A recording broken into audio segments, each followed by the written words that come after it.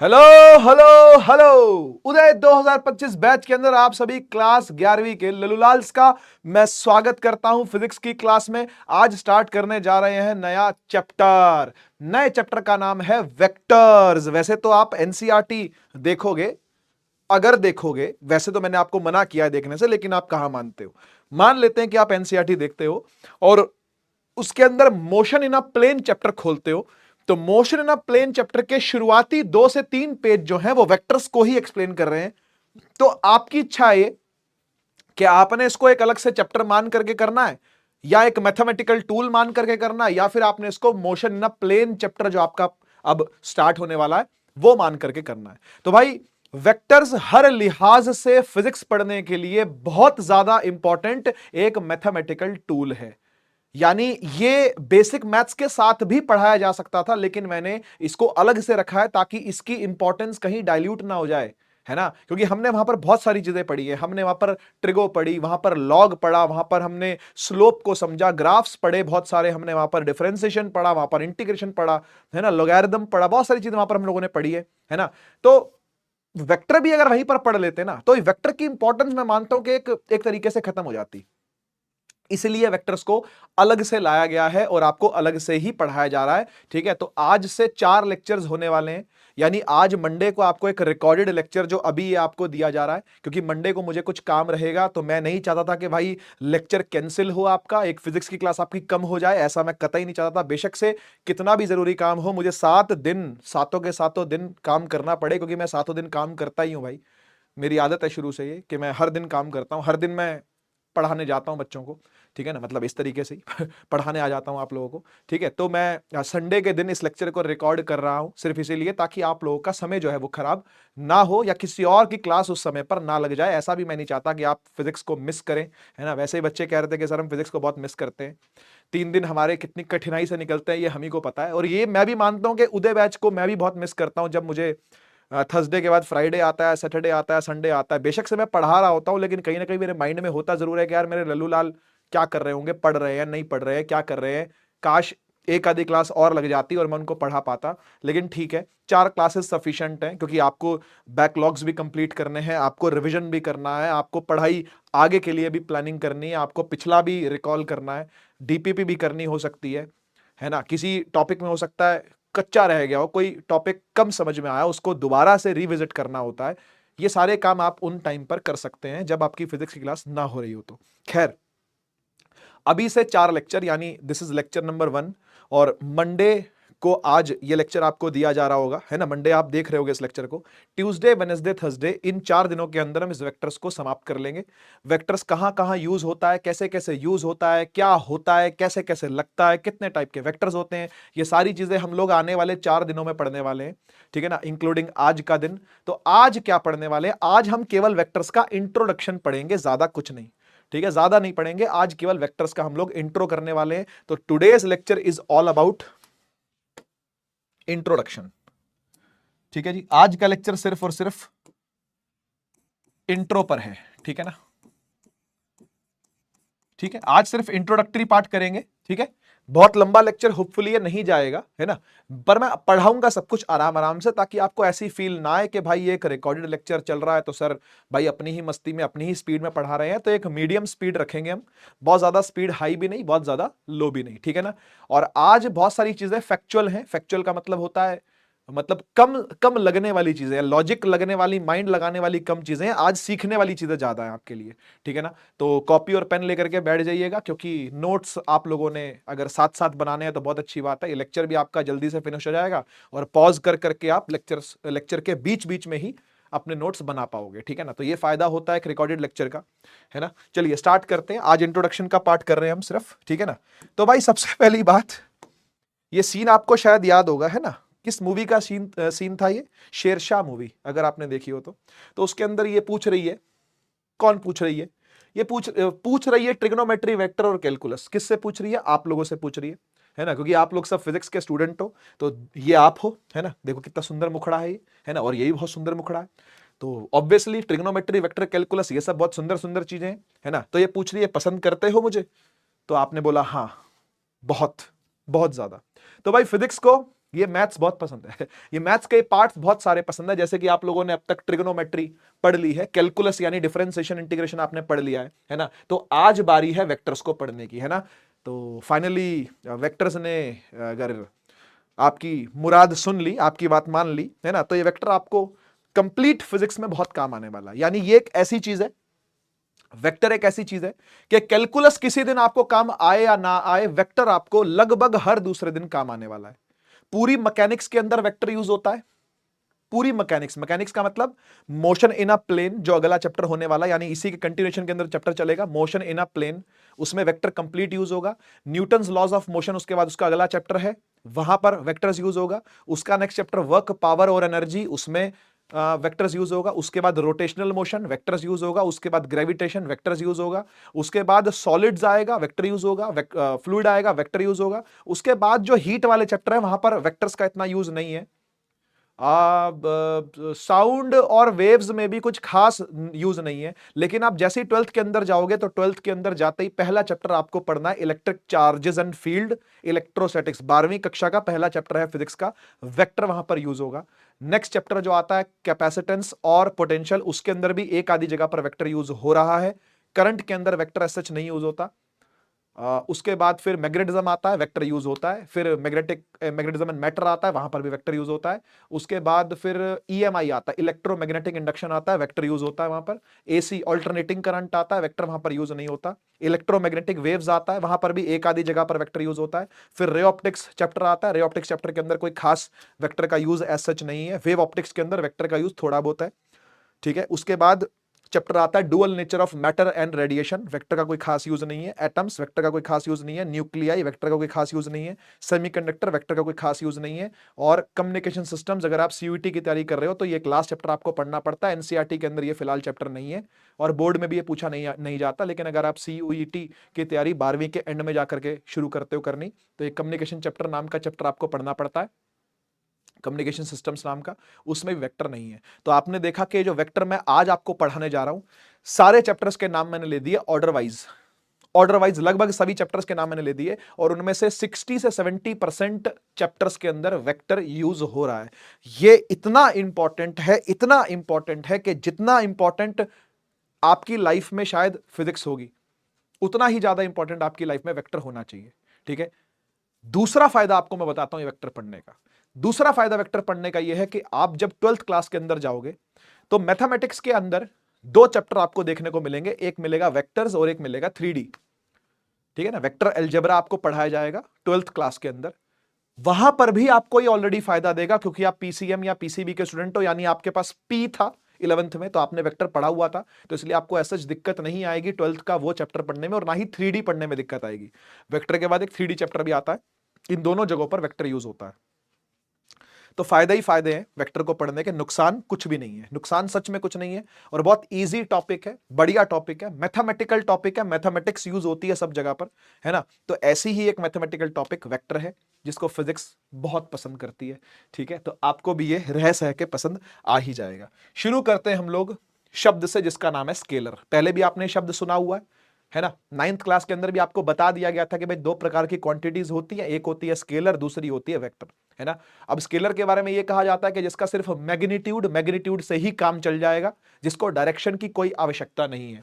A physical quantity which has only magnitude but no direction, जिसमें direction को समझाना जरूरी नहीं है, डायरेक्शन को बोलना जरूरी नहीं है। जैसे मेरा मास 80 किलो है, वैसे तो 86 किलो हो चुका है ना, लेकिन ये पुरानी स्टेटमेंट मैं पिछले 8-9 सालों से चिपका रहा हूं, तो अभी भी तुम यही मान लो कि मेरा जो वजन है, मेरा जो मास है वो 80 किलो है, ठीक है। तो 80 किलो अगर मेरा मास है तो क्या मैं उसके साथ डायरेक्शन जोड़ूं कि मेरा मास 80 किलो है नॉर्थ? कोई सेंस बनी इस बात की? मेरा मास 80 किलो है इन साउथ वेस्ट, कोई सेंस बनी इस बात की? नहीं ना। क्लियर है बात? तो ऐसी चीज है जिसके साथ डायरेक्शन बोलने का कोई सेंस ही नहीं बनता, ऐसी क्वांटिटीज को स्केलर क्वांटिटीज कहते हैं। कुछ एग्जांपल्स अगर मैं आपके सामने रखूं तो मास, लेंथ, टाइम, टेम्परेचर और करंट भी। इस करंट को लेकर के बड़ा विवाद होता है, ज्यादा बोलूंगा तो विवाद हो जाएगा, लेकिन ज्यादा बोलना पड़ेगा, कब तक चुप रहेंगे, है ना। 9th क्लास से बच्चे मेरे पीछे पड़े रहते हैं, सर ये करंट वेक्टर है या स्केलर है, वेक्टर है या स्केलर है ठीक है ना। क्योंकि करंट ऐसी चीज है करंट ऐसी चीज है जिसका मैग्नीट्यूड भी होता है। मैग्नीट्यूड का मतलब तो आप समझते ही होगे, मतलब वैल्यू। मैग्नीट्यूड का मीनिंग होता है वैल्यू, है ना, जिसकी कुछ ना कुछ वैल्यू है। और कोई भी क्वांटिटी होगी तो उसकी कुछ ना कुछ वैल्यू तो होगी ही ना, मेजर तो होगी ही ना। वो कोई चीज मेजर होती है तो उसकी कुछ ना कुछ वैल्यू तो आएगी ना। तो फिजिक्स में तो हर कुछ मेजर होता है। फिजिक्स में तो मेजरमेंट ही मेजरमेंट है। पहले चैप्टर का नाम ही यूनिट्स एंड मेजरमेंट है कि नहीं? तो मेजरमेंट तो करनी है, तो मैग्नीट्यूड तो होगा ही होगा। क्वांटिटी चाहे कोई भी हो, मैग्नीट्यूड तो उसका आएगा ही आएगा, मेजर तो वो होएगी, वैल्यू तो उसकी आएगी, है ना। अब डायरेक्शन के साथ जोड़ना या ना जोड़ना, ये अलग अलग बातें हो जाती हैं। इसी वजह से स्केलर ऐसा बना कि जिसका डायरेक्शन नहीं जुड़ती, और वेक्टर ऐसा बना जिसका डायरेक्शन जुड़ती है। अब बात यह आती है कि करंट को लेकर बड़ा विवाद है। क्या विवाद है? करंट का मैग्नीट्यूड भी होता है और करंट की डायरेक्शन भी होती है। यह बात गलत नहीं है, यह बात गलत नहीं है ना। करंट का मैग्नीट्यूड भी होता है और डायरेक्शन भी होती है, लेकिन इसके बावजूद भी करंट जो है वो वेक्टर नहीं है। पता है क्यों? क्योंकि आपको वेक्टर की सही डेफिनेशन पता ही नहीं है। वेक्टर की सही डेफिनेशन 9th क्लास के अंदर पढ़ाई ही नहीं जाती। वेक्टर की सही डेफिनेशन है एक ऐसी फिजिकल क्वांटिटी जिसका मैग्नीट्यूड भी हो, डायरेक्शन भी हो। सर करंट की तो है, अरे पूरी डेफिनेशन तो पढ़ ले। मैग्नीट्यूड भी हो, डायरेक्शन भी हो, सबर तो करता नहीं। मैग्नीट्यूड भी हो, डायरेक्शन भी हो, और वो फॉलो करती हो laws of vector addition. Current ये फॉलो नहीं करता। वेक्टर का अलजेब्रा करंट फॉलो नहीं करता। तो क्या करंट को वेक्टर होना चाहिए? वेक्टर होने की ये 3 कंडीशन सेटिस्फाई होनी चाहिए। मैग्नीट्यूड होना चाहिए, डायरेक्शन होना चाहिए, और वेक्टर के लॉज को फॉलो करने वाला होना चाहिए, यानी वेक्टर अलजेब्रा को फॉलो करने वाला होना चाहिए। तो ये करता है क्या? करंट नहीं करता। ठीक है ना। तो इसलिए क्या है, ये स्केलर है। क्लियर बात समझ लो, क्लियर कट बात समझ लो। मैग्नीट्यूड, डायरेक्शन और लॉज को फॉलो करना, laws of vector algebra follow करना, laws of vector algebra follow करना। क्या ये करता है? नहीं करता। सर कैसे नहीं करता, हमको दिखाओ। अरे तुमको वेक्टर अलजेब्रा अभी पढ़ना ही शुरू किया है, अभी से कैसे बता दूं कि क्या होता है वेक्टर अलजेब्रा? वो तो 4 लेक्चरों में बताऊंगा ना। वो तो उसके लिए तो 4 लेक्चर लगेंगे ना भाई, कि वेक्टर अलजेब्रा क्या है। अभी से कैसे समझ में आएगा वेक्टर अलजेब्रा क्या है? लेकिन फिर भी मैं आपको थोड़ा सा आइडिया जरूर देता हूं। मैं आपको फिर भी थोड़ा सा आइडिया जरूर देता हूं। पहले इसके एग्जांपल बता दूं, वेक्टर के एग्जांपल बता दूं पहले, है ना। जैसे फोर्स एक वेक्टर है, मोमेंटम एक वेक्टर है, एक्सेलरेशन एक वेक्टर है, टॉर्क एक वेक्टर है, एंगुलर वेलोसिटी एक वेक्टर है, डिस्प्लेसमेंट एक वेक्टर है, वगैरह वगैरह। ठीक है ना। लेकिन करंट वेक्टर नहीं है, करंट वेक्टर नहीं है। Why? Current is not a vector quantity. ठीक है ना। सवाल उठता है कि करंट एक वेक्टर क्वांटिटी क्यों नहीं है? करंट एक वेक्टर क्वांटिटी क्यों नहीं है? करंट एक वेक्टर क्वांटिटी इसलिए नहीं है, मान लो कि इस वायर से करंट आ रहा है 7 एम्पियर का। एम्पियर में होता है इतना तो याद है, 10वीं पास तो कर ही लिए। करिए कि नहीं करी हो भाई? लटक तो नहीं गए? 7 एम्पियर का क्या आ रहा है? करंट आ रहा है वायर में। ठीक है। मान लेते हैं कि यहां से ये 2 वायर्स के अंदर डिवाइड होता है। ठीक है। इस ऊपर वाली वायर में से जाता है 3 एम्पियर का करंट, और नीचे वाली में से जाता है 4 एम्पियर का करंट। जाएगा ही, है ना, जाएगा ही। 7 एम्पियर का आया तो 3 वहां चला गया, 4 यहां चला गया। क्या दिक्कत है? कुछ कम ज्यादा तो नहीं गया ना? तो ठीक गया है ना भाई। 7 आया था, 3 ऊपर से 4 नीचे से, कोई दिक्कत नहीं सर। ठीक है। अच्छा एक बात बताओ, एक बात बताओ, इन वायर्स के बीच में जो एंगल है वो आपको हो सकता है 60 डिग्री दिख रहा हो। यहां पे दिख रहा है ना? दिख रहा है ना 60 डिग्री? सही है। मान लो अगर मैं इन वायर्स का एंगल बड़ा कर दूं या छोटा कर दूं, बोले तो ऐसे कर दूं कि 7 एम्पियर की वायर है ना, और इस बार ये जो एंगल है ना, ये 30 डिग्री कर दिया। क्या अभी भी ये 4 एम्पियर और अभी भी ये 3 एम्पियर नहीं होगा क्या? क्या इनके बीच के एंगलों से इन वैल्यूज पर फर्क पड़ता है या नहीं पड़ता? बता दो। अरे वायर ही तो है, तार ही तो है, एंगल से क्या फर्क पड़ना है? तार ऐसे रख लो, चाहे ऐसे रख लो, चाहे ऐसे रख लो, चाहे ऐसे रख लो, मोड़ तोड़ के रख लो तार, क्या दिक्कत है?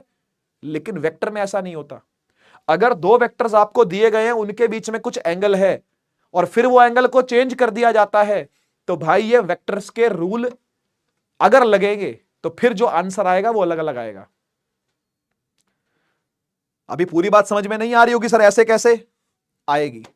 आएगी, सब्र रखोगे तो आएगी, आगे पढ़ेंगे तो आएगी कि वेक्टर एडिशन के लॉज क्या होते हैं। लेकिन फिलहाल आपको ये देखने को मिल रहा है कि भाई 60 डिग्री का एंगल था तो भी ये 3 और 4 में ही डिवाइड हुई है, 30 डिग्री का एंगल है तो भी 3 और 4 में हुई है, और कल को मान लो इनके बीच में 180 डिग्री का भी एंगल कर दूं तो भी यहां से 3 ही जानी और यहां से 4 ही जानी है। बोलो हाँ या ना, है ना। अगर 180 डिग्री का भी एंगल कर दूंगा तो भी यही होना है या नहीं होना, बता दो, हो गई। तो एंगल के चेंज करने से वैल्यूज चेंज नहीं हो रही है, जबकि वेक्टर में ऐसा होता है, करंट में ऐसा नहीं हो रहा, इसलिए करंट वेक्टर नहीं है। क्लियर हो गया?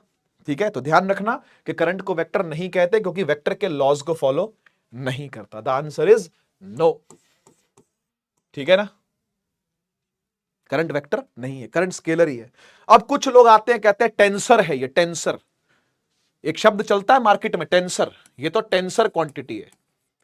ठीक है ना, तो टेंसर असल में स्केलर का ही पार्ट है, ये कोई स्केलर से अलग नहीं होता, ये स्केलर का ही एक पार्ट है जिसको टेंसर कहते हैं। कुछ किताबों में ना टेंसर शब्द मिलता है कि current is not vector, it is tensor. तो टेंसर जो है वो स्केलर ही है, वो कहना यही चाहता है। एक अलग से टाइप बना दी गई, उसका नाम एक अलग से फैमिली बना दी गई है कि जिनका मैग्नीट्यूड भी होता है, जिनकी डायरेक्शन भी होती है, लेकिन वो वेक्टर के लॉ फॉलो नहीं करते, तो उनको स्केलर भी ना बोलो। ऐसा थोड़ी ना होता है, सीधी डेफिनेशन है, स्केलर मतलब मैग्नीट्यूड हो, डायरेक्शन से मतलब नहीं, और वेक्टर का मतलब मैग्नीट्यूड भी हो, डायरेक्शन भी हो, और वेक्टर के लॉस को फॉलो भी करने वाला हो। ठीक है, तो उसे वेक्टर कहेंगे।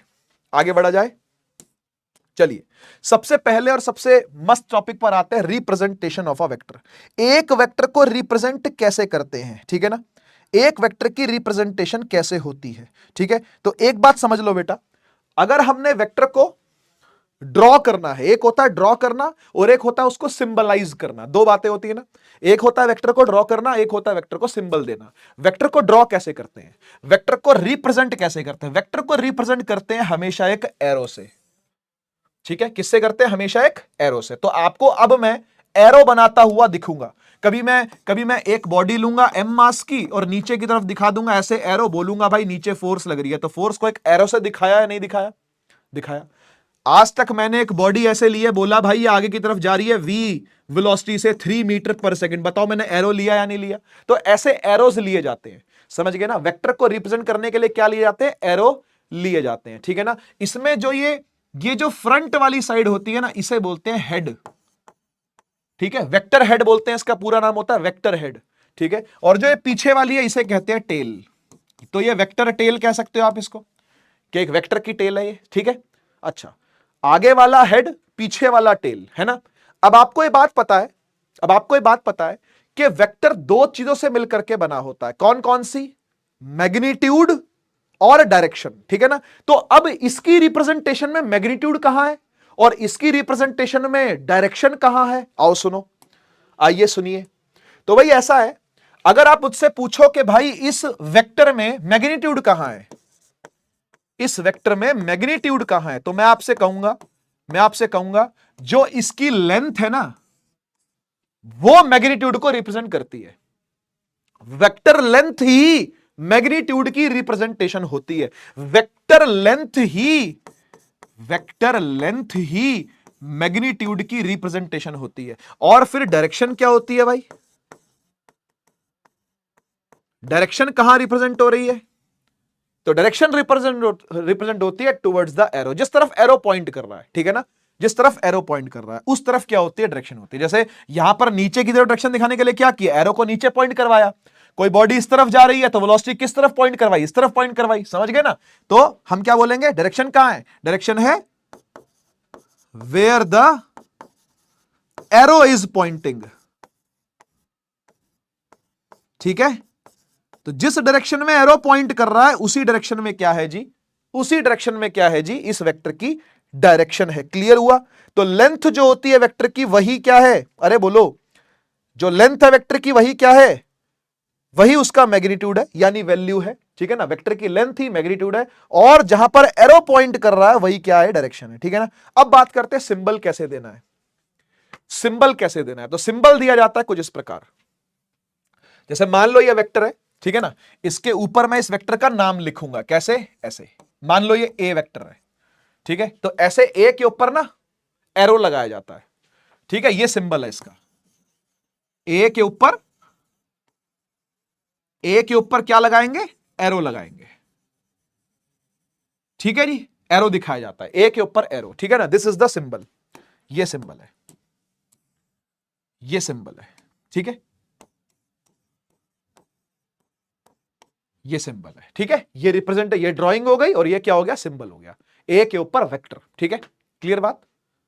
अब आपके मन में ये सवाल आएगा, सर ये तो वेक्टर है, ठीक है, लेकिन ये दो चीजों से मिलकर बना होता है, एक मैग्नीट्यूड, एक डायरेक्शन। तो अगर वेक्टर को ऐसे रिप्रेजेंट कर रहे हैं तो इसके मैग्नीट्यूड को कैसे रिप्रेजेंट करते हैं? मैग्नीट्यूड का सिंबल क्या होता है? सीधी बात बोलूं तो मैग्नीट्यूड का सिंबल बताओ, डायरेक्शन का सिंबल बताओ। तो सुनना, सबर रखना यार, बता रहा हूं ना यार, बता रहा हूं ना यार। देख देख, आपको पता है कि ये वेक्टर का सिंबल है ना? और कोई भी वेक्टर दो चीजों से मिलकर बना होता है। किस किस चीज से?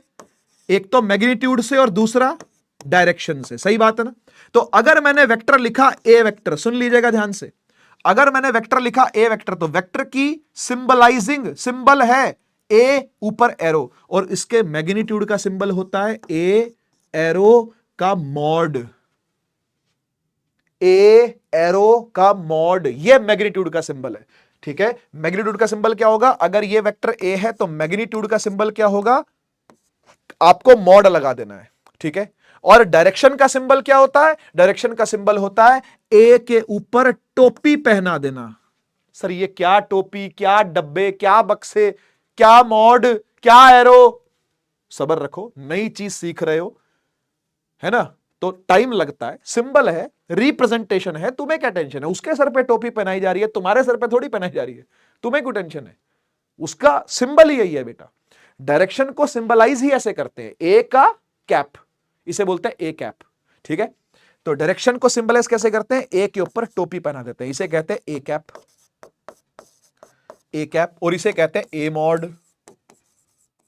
ए मॉड, ठीक है ना? ए मॉड कहो या मैग्नीट्यूड कहो, बात एक ही है, या ए कैप कहो या डायरेक्शन ऑफ ए कहो, बात एक ही है। ठीक है जी, तो ये तरीका है रिप्रेजेंट करने का बेटा। तरीका सीखते हो ना, जब कोई भी नया तरीका सीखा जाता है, समय लगता है ना? तो समय देना चाहिए, है ना? समय लगता है और समय देना चाहिए। सही है, मैग्नीट्यूड ऑफ वेक्टर आ ही गया, है ना? तो भाई मैं आपसे बात क्या कर रहा था? मैं बात कर रहा था कि अगर एक ए वेक्टर होता है तो उसका मैग्नीट्यूड कैसे लिखा जाएगा?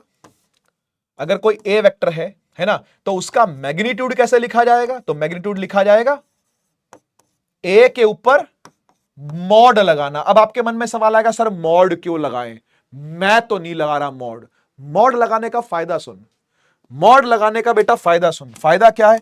फायदा ये है कि मान लो एक बॉडी है, ठीक है, मान लेते हैं एक बॉडी है, इस बॉडी पर आपने राइट साइड पर फोर्स लगाई 5 न्यूटन की, ठीक है, और लेफ्ट साइड पर भी फोर्स लगाई कितने की? 5 न्यूटन की।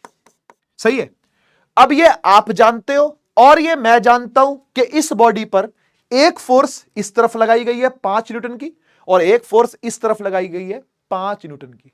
सही है ना? क्या दोनों फोर्सेस का मैग्नीट्यूड सेम है कि नहीं है? है, लेकिन दोनों की डायरेक्शन क्या है? सर ऑपोजिट है। तो सुनो, अगर मैं इस फोर्स को F1 ले लूं, इस फोर्स को F2 ले लूं, तो मैं इसको पता है कैसे लिखूंगा? मैं इसको लिखूंगा ऐसे, देखो F1 को कैसे लिखता हूं पहले दिखाता हूं। मैं F1 को लिखूंगा ऐसे, देखो ये F1 है, वेक्टर का सिंबल लगाया, ठीक है, और मैं इसको लिखूंगा 5, ठीक है, न्यूटन, और ये वाली डायरेक्शन है ना, तो हम इसको क्या लिखेंगे? किस तरफ है ये टूवर्ड्स एक्स एक्सिस है। अच्छा, इसे कैसे लिखूंगा? इसे लिखूंगा भाई ये F2 वेक्टर है ना, तो वेक्टर में दो चीजें होती हैं, क्या? एक तो मैग्नीट्यूड और दूसरा डायरेक्शन।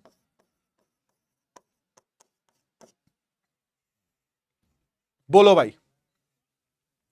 भाई, क्या ऐसे ही लिखना चाहिए, नहीं लिखना चाहिए? क्या ऐसे ही लिखना चाहिए, नहीं लिखना चाहिए? लिखना चाहिए ना भाई। लेकिन आप इसको सिंपली ऐसे भी लिख सकते हो, देखो फायदा देखो, आप इसको सिंपली ऐसे भी लिख सकते हो कि भाई F2 का मॉड है 5 न्यूटन, बस। ऐसे ही F1 का मॉड है 5 न्यूटन, बस। सिर्फ मैग्नीट्यूड लिखना हो तो मॉड लगाओ और सीधा आगे लिख दो। लेकिन अगर वेक्टर का सिंबल लगाओगे तो आगे डायरेक्शन भी लिखनी, अरे बोलो, पड़ेगी। अगर डायरेक्शन भी लिखनी पड़ेगी तो समझ जाओ वो वेक्टर है। एलएचएस में कौन है? वेक्टर है। अरे याद करो, अरे याद करो, दो चीजों से मिलकर बनता है कि नहीं बनता?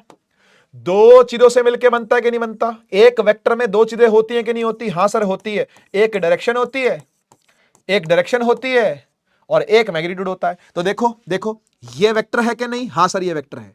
ये उसका मैग्नीट्यूड है कि नहीं? हां सर ये उसका मैग्नीट्यूड है। और फिर ये क्या है? ये उसकी डायरेक्शन है। क्या समझ में आया? ऐसे यहां पर भी देख, ये एक वेक्टर लिखा है कि नहीं लिखा? हां सर ये वेक्टर लिखा है। एरो का साइन आया मतलब वेक्टर है ना? और ये बता भाई मैग्नीट्यूड है कि नहीं है? हां है। और ये डायरेक्शन है कि नहीं है? हां ये डायरेक्शन है।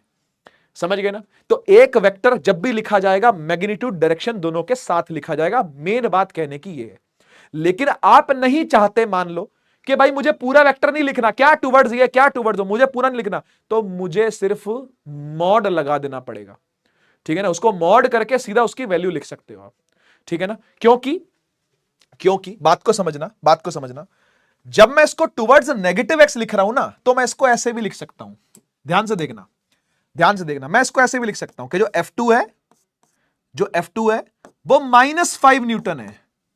अब ये माइनस क्यों आया? आपको पता है वेक्टर में जब भी कोई साइन आता है वो डायरेक्शन के लिए आता है। यहां पर जो माइनस आया है वो इसकी वजह से आया है ना? और यहां पर मैं क्या लिख सकता हूं? यहां पर मैं लिख सकता हूं भाई ये जो F1 है ना, ये +5 है, ऐसा करके लिख सकता हूं। तो ये प्लस किसकी वजह से आया? ये टुवर्ड्स पॉजिटिव एक्स एक्सिस इसलिए आया। समझ रहे हो ना? तो भाई अगर मैं इनके आगे मॉड लगा दूं, अगर मैं इनके आगे मॉड लगा दूं, यानी ऐसे बंद कर दूं इसको, चाहे F1 हो चाहे F2 हो, तो आप समझ रहे हो, चाहे मैं इसको -5 लिखूं या फिर मैं इसको +5 लिखूं, ये दोनों निकल के तो 5 ही आएंगे। बोलो हाँ या ना?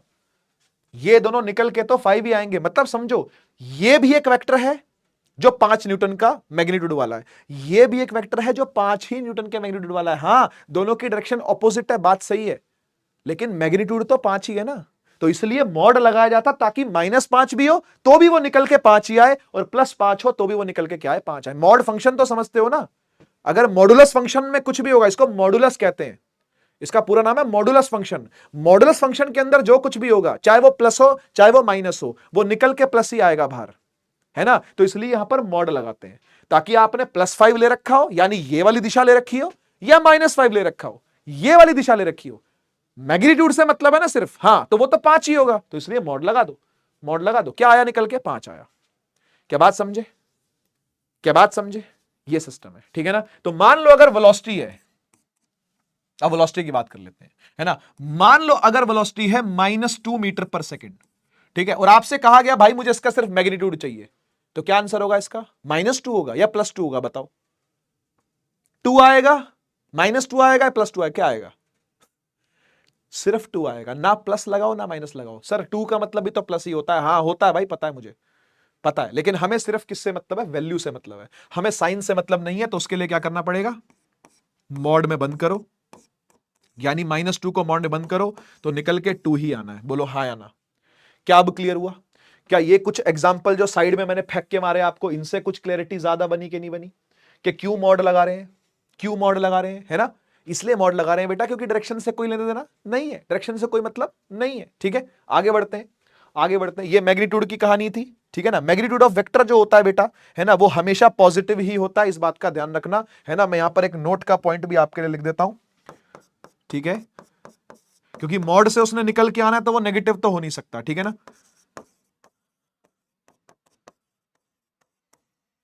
मैग्नीट्यूड ऑफ अ वेक्टर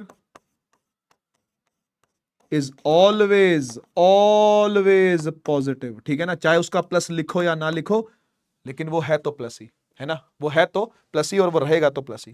ठीक है जी, चला जाए आगे। ठीक है जी, चला जाए आगे, है ना? ओके, अब आते हैं 10 प्रकार के वेक्टर पढ़ेंगे आज, ठीक है ना? और यही हमारा आज का टॉपिक है ना? इससे ज्यादा आप नहीं पढ़ेंगे आज की क्लास में, तो नहीं पढ़ेंगे, ठीक है ना? अब 10 प्रकार के वेक्टर हम लोग शुरू करने जा रहे हैं, ठीक है ना? कितने टाइप के वेक्टर? सर 10 प्रकार के। सर ये 10 के 10 फिजिक्स में यूज होते हैं क्या? नहीं, कुछ मैथ्स में भी होते हैं, कुछ मैथ्स में भी होते हैं, फिजिक्स में इतने ज्यादा यूज नहीं होते, ठीक है ना? लेकिन पढ़ाने आपको सब कुछ ही पढ़ेंगे, क्योंकि मैथ्स पढ़ाने का अगर जिम्मा मैंने उठाया है तो मुझे मैथ्स पूरा पढ़ाना पड़ेगा। ऐसा नहीं हो सकता कि मैं कच्चा पक्का पढ़ा के छोड़ दूं, समझ रहे हो ना? तो यहां पर मैं वो भी पढ़ाऊंगा जो फिजिक्स में यूज होगा, वो भी पढ़ाऊंगा जो मैथ में यूज होगा। केमिस्ट्री में वेक्टर यूज होता नहीं, है ना? केमिस्ट्री वालों को वेक्टर से इतना मतलब नहीं है ना, लेकिन मैथ वालों को मतलब है ना, और फिजिक्स वालों को तो ऑब्वियसली मतलब है ही है। ठीक है, सबसे पहला वेक्टर जो आता है वो आता है पोजीशन वेक्टर। नाम देख लो क्या है, नाम देख लो क्या है, नाम है पोजीशन वेक्टर। ठीक है ना, कैसे रिप्रेजेंट होता है आइए समझते हैं। ठीक है, देखो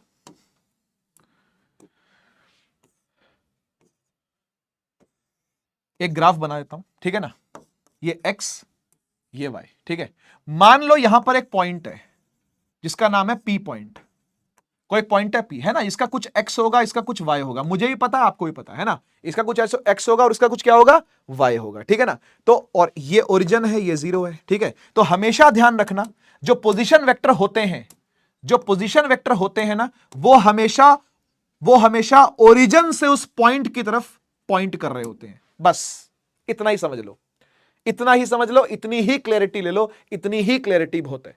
ठीक है, कि जो पोजीशन वेक्टर होते हैं वो हमेशा ओरिजिन से पॉइंट की तरफ, पोजीशन की तरफ क्या कर रहे होते हैं, पॉइंट कर रहे होते हैं। ठीक है ना, तो अगर मैं P को बोलूं कि भाई P एक पोजीशन है, ठीक है ना, P क्या है, पोजीशन है। ठीक है, तो O से लेके P वेक्टर होगा, इसको हम OP वेक्टर कह सकते हैं। ठीक है ना, vector from O to P। ठीक है, ठीक है ना, vector from O to P, O से लेके P तक का जो वेक्टर है इसी को OP वेक्टर कहते हैं। ठीक है ना, इसका नाम पोजीशन वेक्टर है। और जनरली सुन लीजिए जनरली अभी तो चलो P ले रखा है, O ले रखा है, कल को हो सकता है Q लेना पड़े, R लेना पड़े, T लेना पड़े, S लेना पड़े, अलग अलग पॉइंट हो सकते हैं ना भाई, एक ही पॉइंट थोड़ी ना होगा, और भी पॉइंट हो सकते हैं। तो उन सभी के लिए, जैसे मान लो यहां कोई पॉइंट है, यहां कोई पॉइंट है, तो सबके लिए अपना अपना पोजीशन वेक्टर होगा ना, उनका एक एक, बोलो हाँ या ना, सबका एक अपना अपना पोजीशन वेक्टर होगा नहीं होगा, होगा है ना। तो इसलिए जनरली पोजीशन वेक्टर को रिप्रेजेंट करते हैं, generally represented as R vector. ठीक है, जनरली इसको आर से रिप्रेजेंट किया जाता है। ठीक है ना, तो आप इसको ओपी वेक्टर भी कह सकते हो, है ना, या फिर आप इसको सिंपली आर वेक्टर भी कह सकते हो, एक ही बात है। यहां पर मैं आर भी लिख सकता हूं, ठीक है, या फिर मैं ओपी भी लिख सकता हूं, जो मर्जी लिखूं, मेरी मर्जी है वो।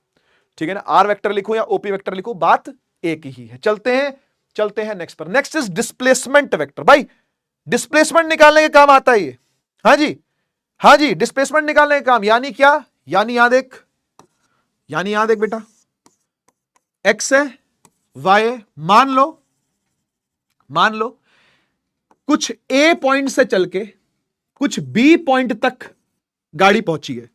कैसे पहुंची होगी, तो ऐसे करके पहुंची है। ठीक है, तो ए से बी इस पाथ पर आया है। अब ये पाथ तो डिस्टेंस है, अरे बोलो हाँ या ना, ये पाथ तो डिस्टेंस है, गलत तो नहीं कह रहा, ये पाथ तो डिस्टेंस है, लेकिन हमें कौन सा वेक्टर पूछा है, हमें पूछा डिस्प्लेसमेंट वेक्टर, है ना, हमें पूछा है कौन सा वेक्टर, हमें पूछा है डिस्प्लेसमेंट वेक्टर। आप बताइए इनिशियल पोजीशन कौन सी है, सर ए इनिशियल है ना, इनिशियल पोजीशन इज ए। ठीक है, और बी क्या है, बी है फाइनल पोजीशन। ठीक है जी, ए क्या है इनिशियल और बी क्या है फाइनल। आप बताओ डिस्प्लेसमेंट वेक्टर कैसा होगा, सर इनिशियल से फाइनल को जोड़ दो, ऐसा होगा, सही बात है ना भाई, ऐसा ही होगा ना, इनिशियल से क्या कर दो, फाइनल को जोड़ दो। सर इनिशियल से फाइनल को जोड़ेंगे तो डिस्प्लेसमेंट बन जाएगा क्या, हाँ बिल्कुल बन जाएगा बेटा, बिल्कुल बन जाएगा। कहां से कहां की तरफ बन रहा है, ये ए से बी की तरफ बन रहा है, तो इसको बोलते हैं ए बी वेक्टर, समझ गए ना। तो यही हमारा डिस्प्लेसमेंट वेक्टर, यानी एस भी बोल सकते हैं इसको, हाँ या ना, ए बी कहो या एस कहो, बात एक ही है। ठीक है ना, ए बी कहो या एस वेक्टर कहो, बात एक ही है। फिलहाल इसको हम ए बी बोल लेते हैं क्योंकि हम कुछ नया सीख रहे हैं, एस तो आपको पता ही है पहले से, है ना। तो ए से बी की तरफ गया है तो it is called displacement vector. ठीक है ना, इसी को कहते हैं डिस्प्लेसमेंट वेक्टर। ठीक है ना, इसी को कहते हैं डिस्प्लेसमेंट वेक्टर। ठीक है,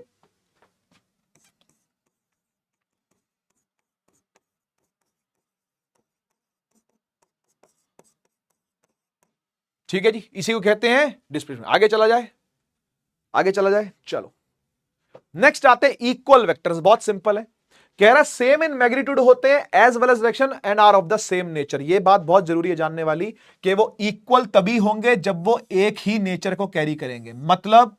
मतलब आइए एग्जांपल देता हूं। ठीक है, एग्जाम्पल सुनो, मान लो बेटा सेम मैग्नीट्यूड है, ठीक है, दो वेक्टर्स का,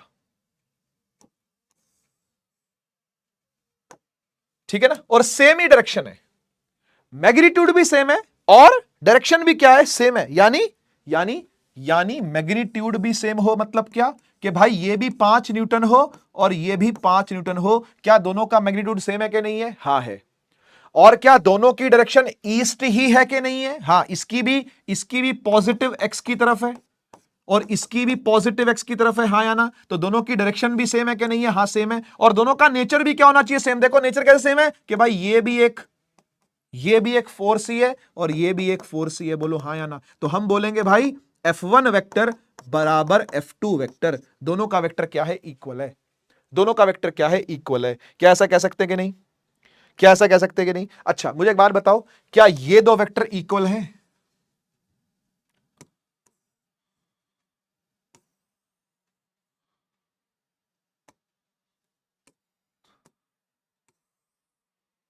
है जी, क्या ये दो वेक्टर इक्वल हैं? ये 5 न्यूटन का है ना, और ये 8 न्यूटन का है, क्या ये दो वेक्टर इक्वल है? नहीं, क्यों? क्योंकि दोनों का मैग्नीट्यूड क्या अलग अलग है ना, तो डिफरेंट मैग्नीट्यूड वाला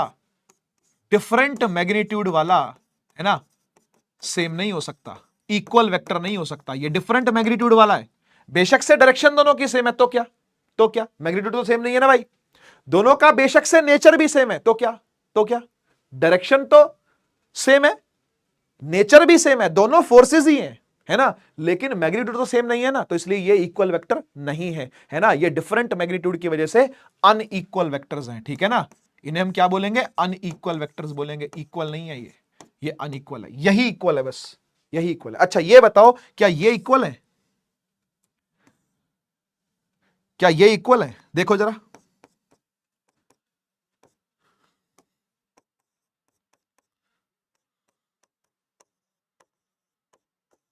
क्या ये दोनों को इक्वल वेक्टर्स बोलेंगे, क्या ये दोनों को इक्वल वेक्टर्स बोलेंगे या नहीं, बोलो बोलो, जी नहीं, ये भी अनइक्वल है, इक्वल नहीं है, क्यों नहीं है, अलग अलग नेचर है, बेशक से दोनों का मैग्नीट्यूड भी सेम कर दो, चलो मैं लो दोनों का मैंने मैग्नीट्यूड भी क्या कर दिया, सेम कर दिया, 5 न्यूटन और 5 ही मीटर पर सेकंड है, ठीक है ना, अब क्या ये इक्वल है, नहीं, अभी भी इक्वल नहीं है, क्योंकि दोनों का नेचर अलग अलग है, ये फोर्स है और ये क्या है, ये वेलोसिटी है, दोनों की बातें अलग अलग हैं, दोनों के सिस्टम अलग अलग है, ठीक है जी, क्लियर हो गया कि क्या होते हैं इक्वल वेक्टर्स, इक्वल वेक्टर मतलब मैग्नीट्यूड में भी इक्वल हो, डायरेक्शन में भी इक्वल हो और नेचर भी सेम हो, अदरवाइज अनइक्वल ही होंगे, ठीक है ना, अदरवाइज अनइक्वल ही होंगे, यहां लिख देता हूं अनइक्वल है, क्योंकि अनइक्वल एज डिफरेंट नेचर, इनका नेचर क्या है जी, डिफरेंट है, ठीक है जी, नेचर डिफरेंट है। आगे बढ़ते हैं, पैरेलल वेक्टर्स क्या होते हैं, जिनकी डायरेक्शन सेम हो लेकिन मैग्नीट्यूड डिफरेंट हो सकते हैं,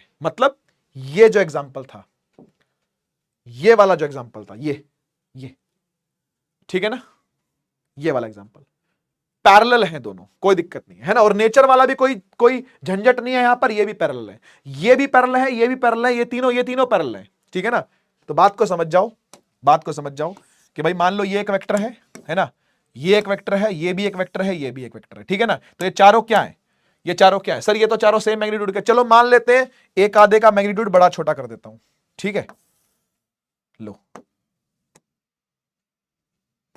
लो, अब बोलो, अब बोलो, सब अलग अलग मैग्नीट्यूड के हैं कि नहीं, है ना, ये होगा मान लो 5 न्यूटन का, है ना, तो ये है 2 न्यूटन का, ठीक है ना, तो ये है 8 न्यूटन का, ठीक है ना, तो ये है 6 न्यूटन का, अब बताओ ये पैरेलल है या नहीं है, बिल्कुल पैरेलल है भाई, ठीक है ना, 100% पैरेलल है, प्लीज ध्यान रखिएगा इस बात को, ठीक है ना, मैग्नीट्यूड डिफरेंट हो सकते हैं लेकिन डायरेक्शन क्या होनी चाहिए, सेम होनी चाहिए। अच्छा अच्छा ये बताओ, एक वेक्टर ये है, ठीक है, और दूसरा ये है, ये ठीक है, क्या ये पैरेलल है, ये ए वेक्टर है और ये बी वेक्टर है, क्या ये पैरेलल है, जी नहीं, ये पैरेलल नहीं है, क्योंकि दोनों कहीं ना कहीं मीट कर रहे हैं, तो इसको पैरेलल तो नहीं कह सकते ना भाई, दोनों कहीं ना कहीं मीट तो कर रहे हैं, पैरेलल नहीं कह सकते, ठीक है ना, तो ये क्या है, ये नॉट पैरेलल है, ठीक है, ऐसे लिखेंगे, ये ए नॉट पैर एंटी पैरेलल हो गया है, तो है ना, ऐसे लिख देते हैं A and B are not parallel, ठीक है ना, और ना ही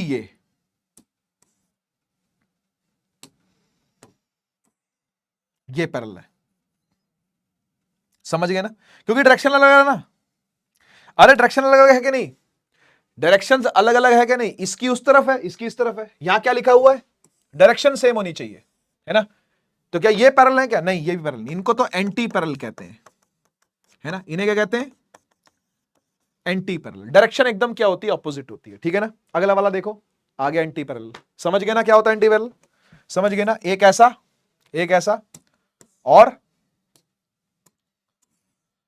दूसरा ऐसा, ठीक है जी, दूसरा ऐसा, ठीक है, यानी ऑपोजिट डायरेक्शन होने चाहिए, दोनों के बीच में 180 डिग्री का एंगल होना चाहिए, है कि नहीं है, देख लो, एक का मुंह इधर है, एक का मुंह उधर है ना, एक वेक्टर का मुंह उस तरफ और एक का मुंह इस तरफ, एंगल क्या बन रहा, 180 डिग्री बन रहा, ठीक है ना। एक पॉजिटिव की दिशा में कुछ है, एक नेगेटिव की दिशा में कुछ है ना, और ये बड़े छोटे भी हो सकते हैं, तो भी एंटी पैरेलल ही है, बोलो हाँ या ना, तो भी एंटी पैरेलल ही है, अगर बड़े छोटे होंगे तो भी क्या है बेटा, एंटी पैरेलल ही है, तो ऑपोजिट डायरेक्शन होनी चाहिए, सीधी सी बात है ना। आगे चलते हैं छठवें पर, ऑर्थोगोनल वेक्टर्स, बहुत इजी है ये। ऑर्थोगोनल क्या होते हैं भाई, ऑर्थोगोनल होते हैं जो सब 90 डिग्री पर हो, बस, बहुत सिंपल, ठीक है ना। Which are perpendicular to each other, जो क्या हो, जो परपेंडिकुलर हो एक दूसरे के, है ना। आपको थोड़ा सा 3D डिस्प्लेसमेंट याद करवाता हूं, आपको ध्यान है ये बात, आपको वो बंदर याद है जो गोल पोस्ट पे चढ़ रहा था, याद करो, वो बंदर याद है जो गोल पोस्ट पे चढ़ रहा था, मान लो यहां से चढ़ रहा था, ऐसे जाता था, है ना, तो ये एक डिस्प्लेसमेंट हो रही है, क्या इसको एक वेक्टर कह सकता हूं क्या, बिल्कुल कह सकते हो सर, है ना, इसे एक वेक्टर कह सकता हूं क्या, कह सकते हैं, है ना। अच्छा, उसके बाद वो ऐसे चलता था, ऐसे, है ना, क्या इसको वेक्टर कह सकता हूं क्या, जी हां, ये दूसरा वेक्टर है। क्या ये दोनों के बीच में 90 डिग्री का एंगल दिख रहा है आपको, क्या दोनों के बीच में 90 डिग्री का एंगल है कि नहीं है, हां सर है, दिख रहा है सभी को 90 डिग्री एंगल दिख रहा है क्या, बिल्कुल है ना। अच्छा, और उसके बाद मान लो अब ये बंदर अभी तक तो जमीन पे भाग रहा था, है ना, और अब ये बंदर क्या कर रहा है, अब ये बंदर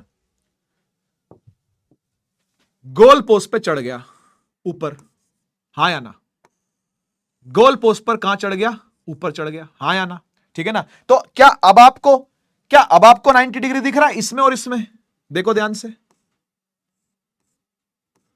दिख रहा है क्या, तो ये सब आपस में ऑर्थोगोनल है।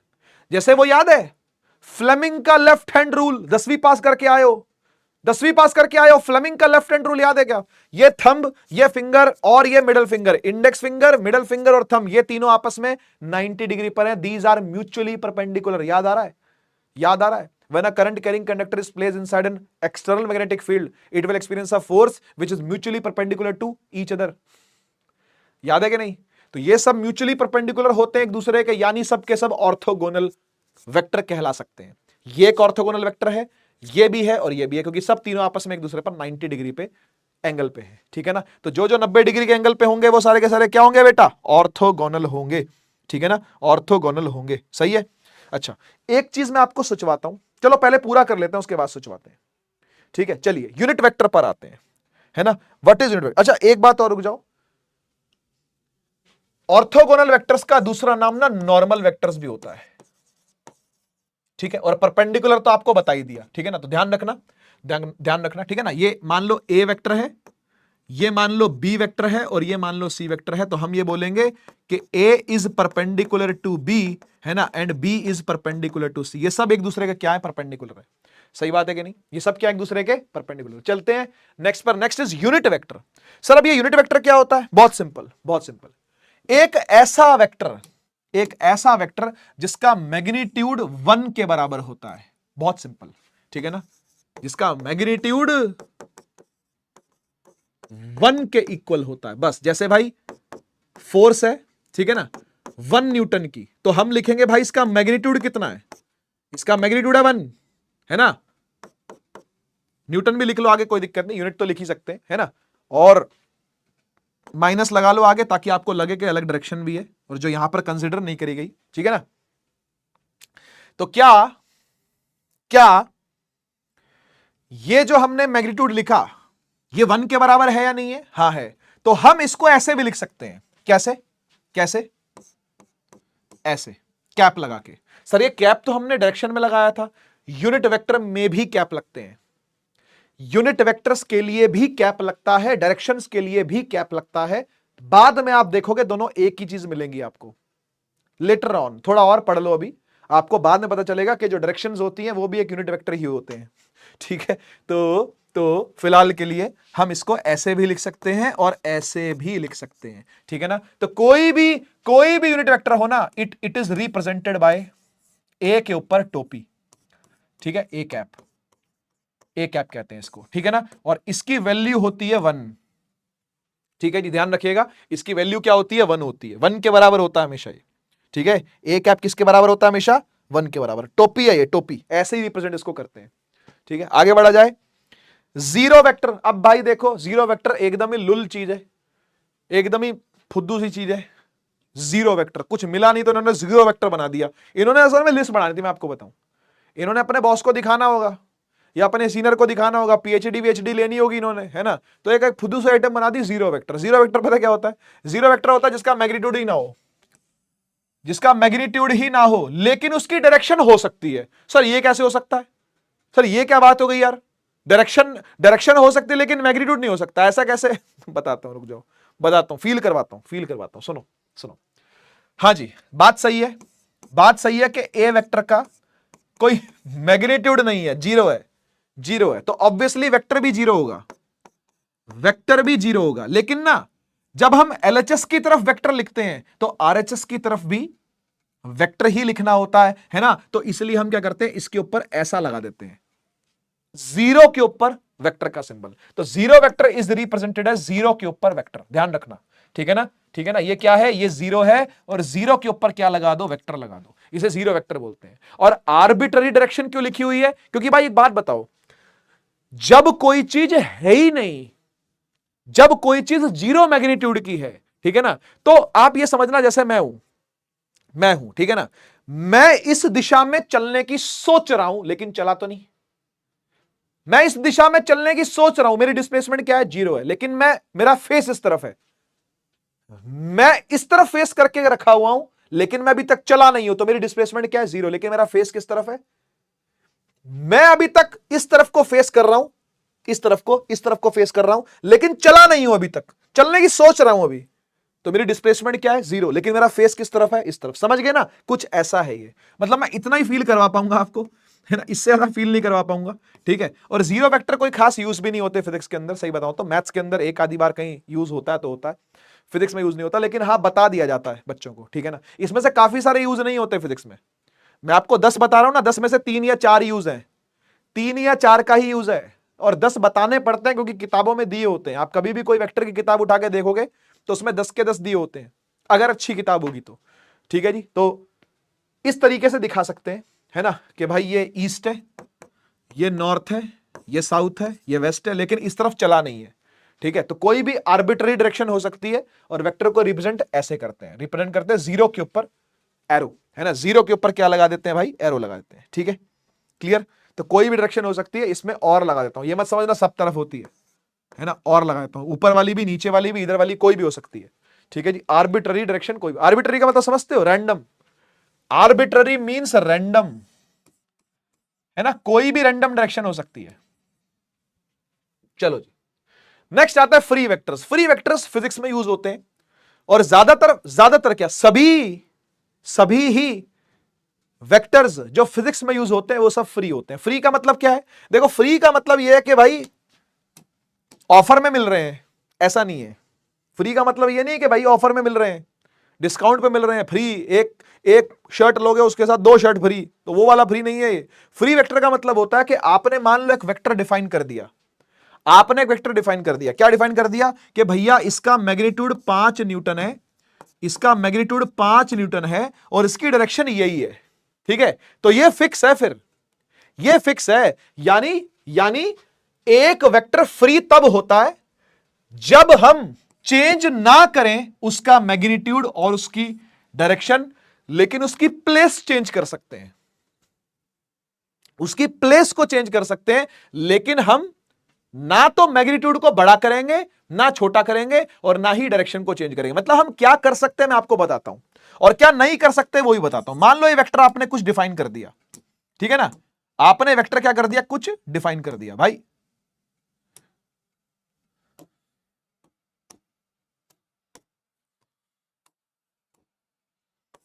या आपने वेक्टर डिफाइन कर दिया, ठीक है ना। अब आप क्या कर सकते हो पता है, इसको लेके आप कहीं भी घूम सकते हो, ऐसे ऐसे जहां मन करे वहां घूमो, पूरे ब्रह्मांड में लेके इसे कहीं भी घूमते रहो, इसे बोलते हैं फ्री वेक्टर होना।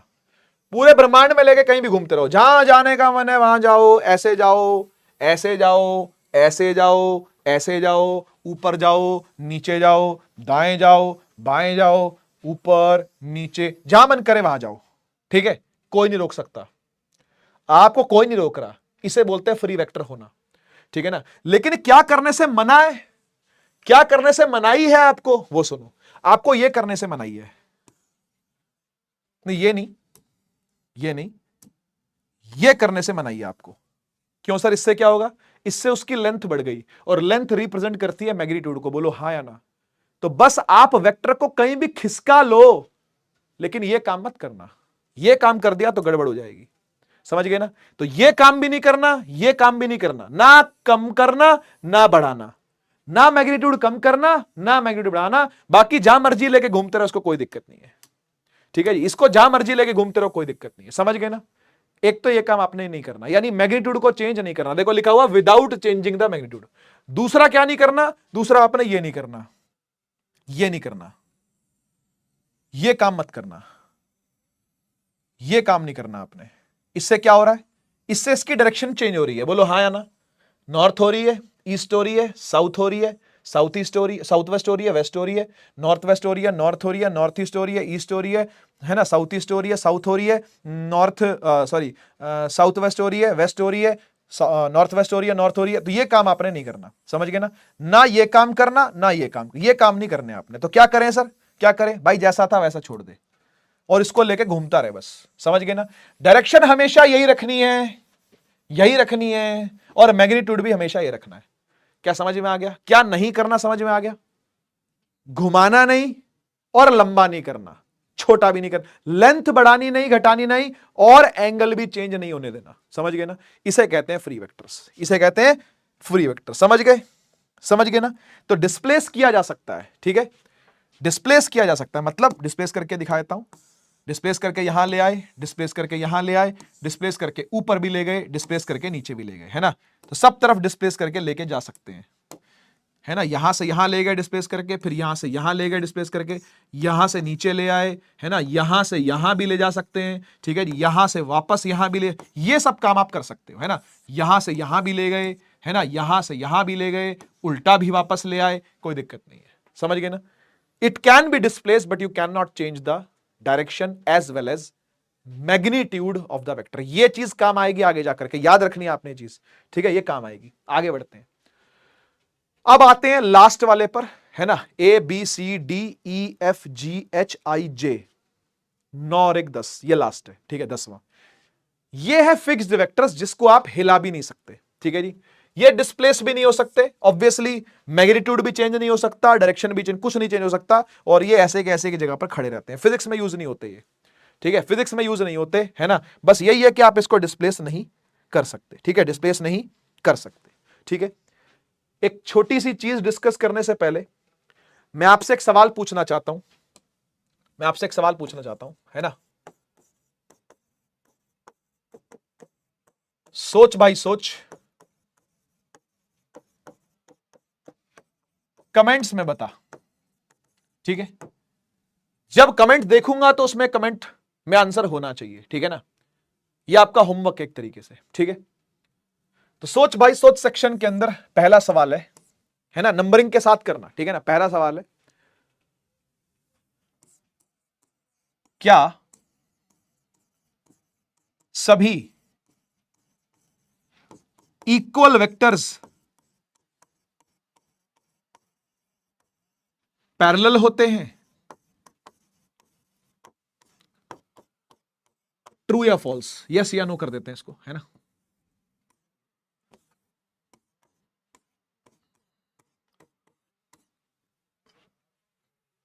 नंबर 2, क्या सभी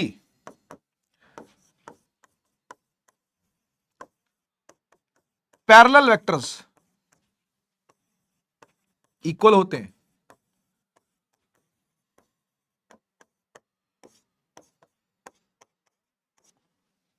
ठीक है जी, जवाब कहां देना, कमेंट्स में देना। ठीक है, वाई या एन लिख करके, यस या नो लिख करके। सवाल समझ गए ना? जितने भी इक्वल वेक्टर्स होते हैं क्या सबके सब पैरेलल होते हैं क्या? और क्या जितने भी पैरेलल वेक्टर्स होते हैं क्या सबके सब इक्वल होते हैं क्या? आपको बताना है। ठीक है, चलिए कितना टाइम हो गया? 53 मिनट हो गए, 55 मिनट हो गए, है ना? ओके, 5 मिनट का टाइम है। ये टॉपिक भी 5 मिनट का ही है। 1 घंटे की वीडियो मैं आपको कम से कम दे दूं, है ना? सही रहेगा ना? थोड़ा 1 घंटे की वीडियो तो बना ही दूं। तो 5 मिनट के अंदर ये टॉपिक पूरा करते हैं, बाकी इसके आगे से कंटिन्यू करेंगे नेक्स्ट क्लास में। ठीक है ना, मतलब लाइव क्लास में। हाँ जी, छोटा टॉपिक है, एंगल बिटवीन द वेक्टर्स। देखो भाई, एक बात समझ लो, जब भी कभी एंगल निकालना हो दो वेक्टर्स के बीच में, क्या बोला मैंने? जब भी कभी एंगल निकालना हो दो वेक्टर्स के बीच में, तो कैसे निकलता है सुन लो। कैसे निकलता है सुन लो। मान लो एक वेक्टर ऐसा है और दूसरा वेक्टर ऐसा है। ठीक है, यहां पर कहीं पड़ा है ना? This is A vector and this is B vector. ठीक है, और आपसे बोला जाए एंगल बताओ, एंगल बताओ, ए और बी के बीच में एंगल बताओ। ओ भाई, ए और बी के बीच में एंगल बता, तो पता क्या करना? सुन लो मेरी बात, सुन लो मेरी बात, क्या करना? सुन लो, ध्यान से सुन लो। तुमने क्या करना पता है? ट्रिक है, ट्रिक नहीं है, मतलब करना ही है, ट्रिक नहीं, काम ही यही है, मेन काम यही है। क्या करना है? इसकी पूंछ उठा के इसकी पूंछ पे रख देनी है, और जो दोनों के बीच में छोटा एंगल बनता है वो एंगल बिटवीन द वेक्टर्स होता है। सर ये वाला एंगल भी तो बन रहा है, मैंने क्या बोला? छोटा एंगल बनता है। सुनता ही नहीं मेरी बात, लल्लू लाल है ना एक नंबर का, सुनता ही नहीं। मैंने क्या बोला? छोटा एंगल जो बनता है, जो स्मॉल एंगल बनता है, वो ही एंगल आपने चूज करना है। समझ गए ना?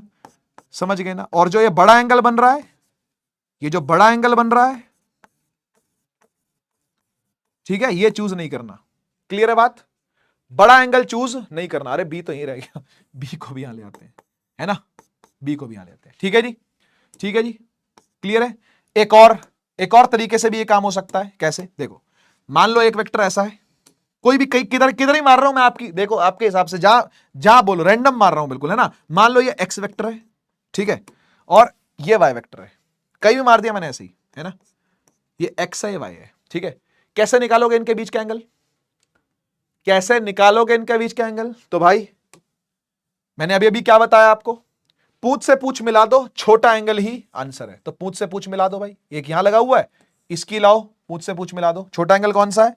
ये वाला है क्या? नहीं, ये वाला है, ये वाला थीटा है। समझ गए? समझ गए? एक तरीका और भी है, एक तरीका और भी है। क्या? सर से सर मिला दो। देखो लिखा हुआ है, स्मॉलर एंगल, हमेशा याद रखना, smaller angle between two vectors when placed head to head और टेल टू टेल। अभी तक हमने क्या किया? हमने टेल से टेल मिलाई, है ना? हमने क्या किया? टेल से टेल मिलाई। ये टेल टेल का मिलना है, ये टेल टेल का मिलना है ना? ये भी क्या है? ये भी टेल टेल का मिलना ही है ना? ये भी क्या है? ये भी टेल टेल का मिलना ही है ना? अब मैं हेड हेड भी मिला के आपको दिखाता हूं। ठीक है, यहां देखो, यहां देखो, जहां मर्जी रैंडम मारता हूं, एक उधर एक इधर, कोई दिक्कत तो नहीं, जैसे मर्जी कर लो, कोई टेंशन नहीं। ठीक है, क्या करना है सर? इस वेक्टर को उठा के लाओ और इसके सर पे रख दो, सर से सर मिला दो। पहले क्या मिला रहे थे? पूछ से पूछ, अब क्या मिला रहे हैं? सर से सर। एक ही बात है, एक ही बात है। This is the angle between the two vectors. समझ गए ना? सर एक बार पूछ से पूछ मिला के भी दिखाओ ना।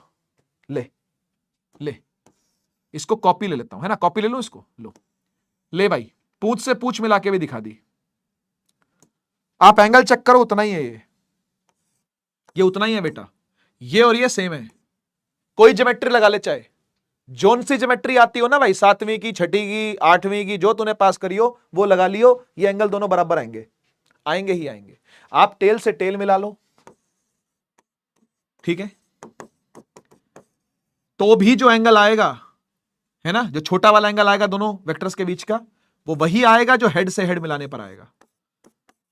ठीक है जी, जिस मर्जी के मिला लेना, है ना? 2-4 एग्जांपल खुद करके देख लेना, 2-4 एग्जांपल ऐसी मन मर्जी के कहीं पे भी घुमा लो, एरोज को, है ना, और बना के देख लो, आपको कहानी सारी समझ में आ जाएगी क्या करनी है। समझ गए ना, समझ गए ना बात को? ठीक है जी, आज के लिए इतने रखते हैं। नेक्स्ट टाइम हम लोग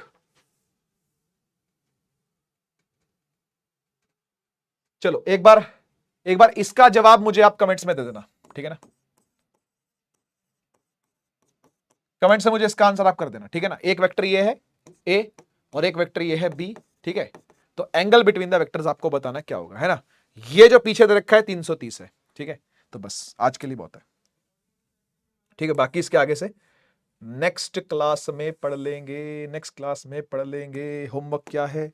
होमवर्क है भाई, अपने अपने रेगुलर रिवीजन को करते रहें, ठीक है जी, रोज का रोज रिवाइज करना, रिकॉल करना चालू रखें, यही आपका परमानेंट होमवर्क है। इसके अलावा मैंने डीपीपी दी है छोटी सी, वो करनी है आपने, ठीक है। इसके अलावा क्लास के नोट्स आपने कंप्लीट करके ही सोना है, उससे पहले आपने नहीं सोना। वैसे भी आज 1 घंटे की ही क्लास थी, ज़्यादा लंबी नहीं है, ठीक है। और इसके अलावा जो होमवर्क दिया गया आपको क्लास के अंदर वो आपने करना है, ठीक है। आज के लिए केवल इतना ही, मिलते हैं हम लोग नेक्स्ट क्लास के अंदर। तब तक के लिए take care, Tata bye bye, अपना ऐसे ही ध्यान रखते रहिए, है ना। एक रिकॉर्डेड क्लास रही है ना, अगली क्लास को लाइव ही लेंगे, डोंट वरी, ठीक है, मजा आएगा, मौज करेंगे। लेकिन ये क्लास आपको पूरी देख करके, नोट्स लिख करके, होमवर्क करके आना है। मिलते हैं अगली बार, take care, Tata bye bye, Bharat माता की जय।